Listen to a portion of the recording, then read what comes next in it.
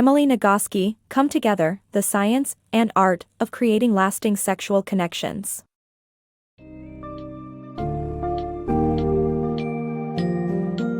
Dive into Come Together, The Science and Art of Creating Lasting Sexual Connections by Emily Nagoski, a refreshing exploration of intimacy that challenges the common misconceptions about sexual relationships. From understanding the personal significance of sex to identifying the unique accelerators and breaks of desire, Nagoski offers valuable insights that guide you toward fulfilling connections. This book delves into dismantling myths like the desire imperative and the coital imperative, advocating for a focus on pleasure and mutual consent as the cornerstones of healthy sexuality. With tools like the emotional floor plan and techniques to rekindle passion in long-term relationships, you'll discover new perspectives on crafting meaningful intimate experiences. Each chapter encourages embracing change as an opportunity for deeper connections, offering warm curiosity as a pathway to intimacy, even amid life's inevitable transformations.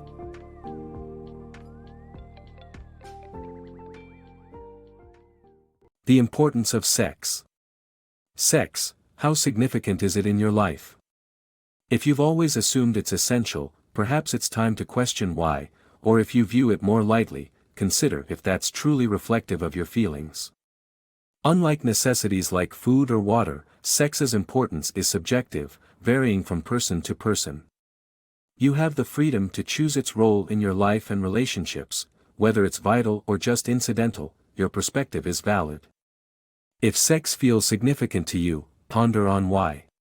For most, it's not merely about physical pleasure. The desire for closeness and intimacy with a partner often ranks highest in motivation. Besides, sharing pleasure, feeling desired, and moments of ecstatic escape significantly contribute to sex's allure. Understanding these reasons can illuminate what makes sex meaningful for you specifically. This insight into your motivations can also guide you in discovering the conducive contexts for sexual intimacy. Think of it as a dance between accelerators and brakes, what turns you on and what holds you back. Specific situations or emotions can serve as catalysts for desire or as deterrents. For instance, one person might find thrill in the risk of getting caught, while it may inhibit another completely. Reflect on moments when pleasure came effortlessly to you. What external and internal factors were at play? Such reflections can uncover your personal accelerators. By identifying these, and understanding what taps your brakes, you foster an internal dialogue, and ideally, open a discussion with your partner. This awareness nurtures the crafting of more fulfilling and intimate encounters. Pleasure as the guide. Let's redefine what makes a long-term relationship thrive by focusing on enjoyment rather than constant desire. Many people mistakenly latch onto the idea that an always burning desire for a partner marks a healthy relationship, an idea known as the desire imperative. However, it's vital to understand that maintaining an obsessive craving isn't essential in the long run.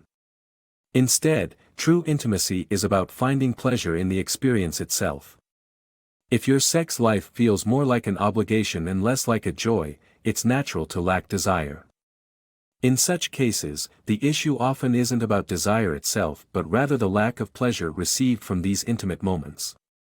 It's worth exploring how pleasure can become a more reliable measure of sexual satisfaction, emphasizing the significance of the right context, setting, and mood. Pleasure isn't a fixed concept. What delights you one day may not hold the same sway on another. Openly discuss with your partner the circumstances that elevate pleasure for both of you. If genuine pleasure seems elusive, it might be due to adherence to restrictive narratives about sexuality.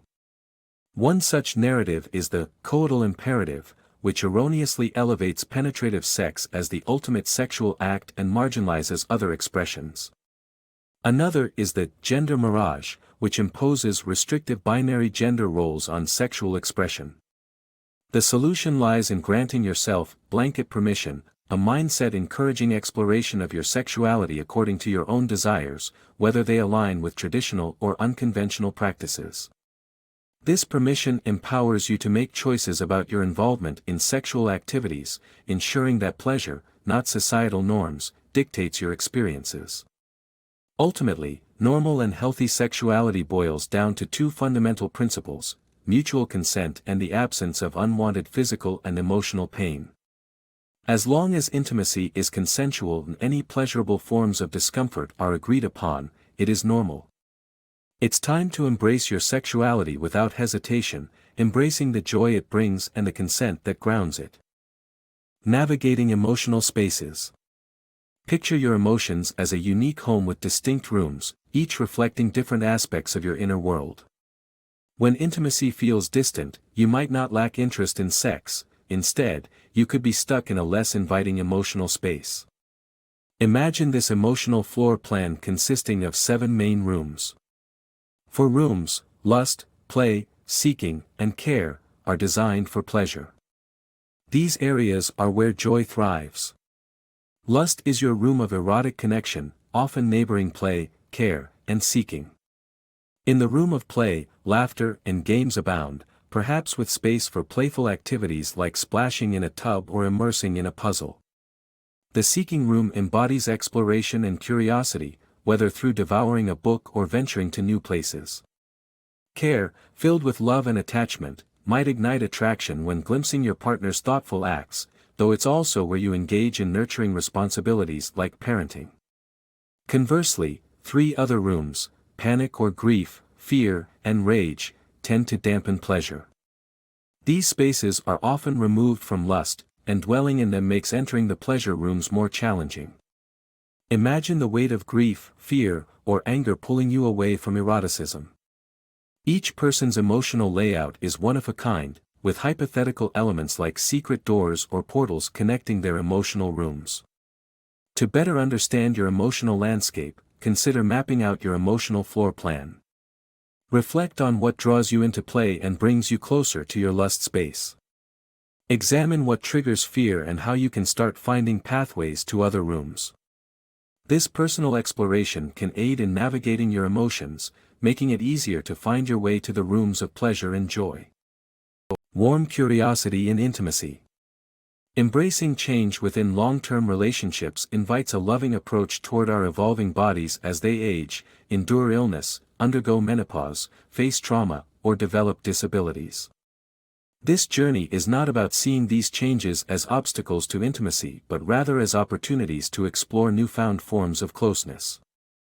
Cultivating an attitude of warm curiosity paves the way for discovering new dimensions of pleasure.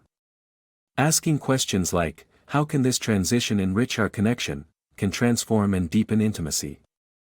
As our bodies age, they might lose the vigor of youth, but this can be an invitation to slow down together, explore new positions, and appreciate diverse forms of touch and nearness. Trauma also evokes changes, stemming from experiences of past abuse or neglect.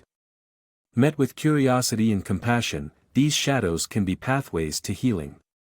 Recognizing reactions such as withdrawal, anger, or fear as responses to survival, not signs of damage, is crucial.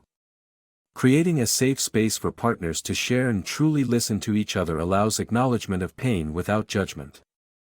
This shared understanding is vital in the healing process, supported by therapy, self-compassion, and a nurturing community. When trauma emerges from within the relationship, intentionally or not, the third thing, conversation, is a transformative tool.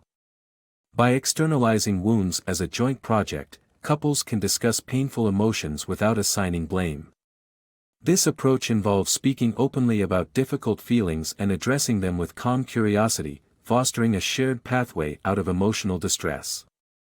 Ending with expressions of admiration or confidence in their shared journey, partners maintain the problem outside their relationship, preserving their bond. This creates moments of profound connection, where intimacy transcends into an enchanting, almost magical realm. Embodying sensual wisdom. Have you ever felt your individuality melt away into a sense of unity with another or the universe? This transcendent state, accessible to everyone, is described as a magic trick, a powerful form of mindfulness rooted in erotic wisdom that celebrates the joy of simply being embodied. But it's not restricted to sex, it's about finding richness in any sensory experience, whether it's savoring the crispness of cold water on a scorching day or losing yourself in the harmony of a song. The journey starts with savoring, using all your senses to fully appreciate life's pleasures. Imagine the delight of articulating joy to others or consciously relishing every bite of a flavorful meal. These actions enhance connections with others, your body, and the cosmos. This is not a compulsory path but one that can fundamentally transform your perception of life. While this pursuit can be solitary, it can also be shared. One crucial technique involves rhythmically moving your body with others toward a common purpose, all by choice. Such movement opens pathways to your erotic wisdom, aligning your biology with the rhythm of others, fostering a broadened sense of self. This magic trick unfolds through expansion and playful interactions, devoid of any sexual connotations. Feel it while singing with a group, dancing exuberantly with a partner, or even during quiet moments of collective prayer. Exploring this erotic wisdom and practicing this magic invites you to rekindling passion together. Revitalizing passion in a long-term relationship often hinges on shifting focus from sheer desire to genuine pleasure. Consider the journey of Mike and Kendra, whose intimacy dwindled during Kendra's first pregnancy as her spontaneous desire faded. Mike initially viewed Kendra's lack of desire as an issue to be resolved, but through insightful guidance, they discovered a key strategy: prioritize pleasure. By doing so, Mike relinquished his sense of entitlement to Kendra's desire and reframed the situation away from viewing Kendra as a problem. Together, they embraced a relationship dynamic grounded in mutual pleasure, free from looming expectations. Now, let's delve into the experiences of Amma and Dee, a mixed-race lesbian couple navigating the complexities of work and parenting 3 children, which took a toll on their intimacy. Amma, the partner with lower desire, recognized that play was her gateway to lust and communicated her need for lightheartedness while showering with Dee. Embracing this, Dee met Amma's needs, respecting her individuality rather than dictating how she should feel or act. Moreover, Dee introduced what they called the magic trick. This involved Dee taking slow, attentive steps toward Amma's pleasure without rushing to sexual climax. By exploring Amma's body meticulously and engaging in conversation, Dee allowed Amma's arousal to ebb and flow naturally, enhancing their intimate connection uniquely. Both couples underscore the vital role of open communication in cultivating profound intimate connections. By embracing vulnerability and understanding, they transformed their relationships. In doing so, they exemplify how sexual well-being thrives from focusing on pleasure and nurturing honest, compassionate dialogue. These narratives illustrate that genuine intimacy often emerges from this harmonious blend of pleasure, communication, and mutual respect.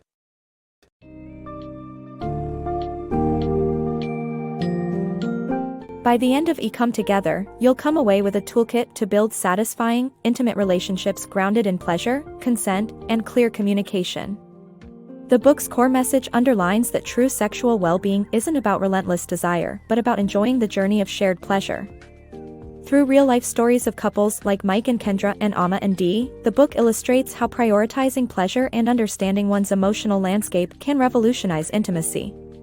Emphasizing the importance of blanket permission, Nagoski invites readers to explore their sexuality on their terms, free from societal constraints.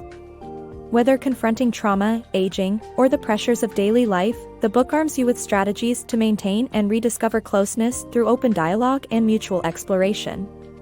Ultimately, it encourages cherishing the tender magic of connection, celebrating your erotic wisdom as a path to deeper, more rewarding relationships.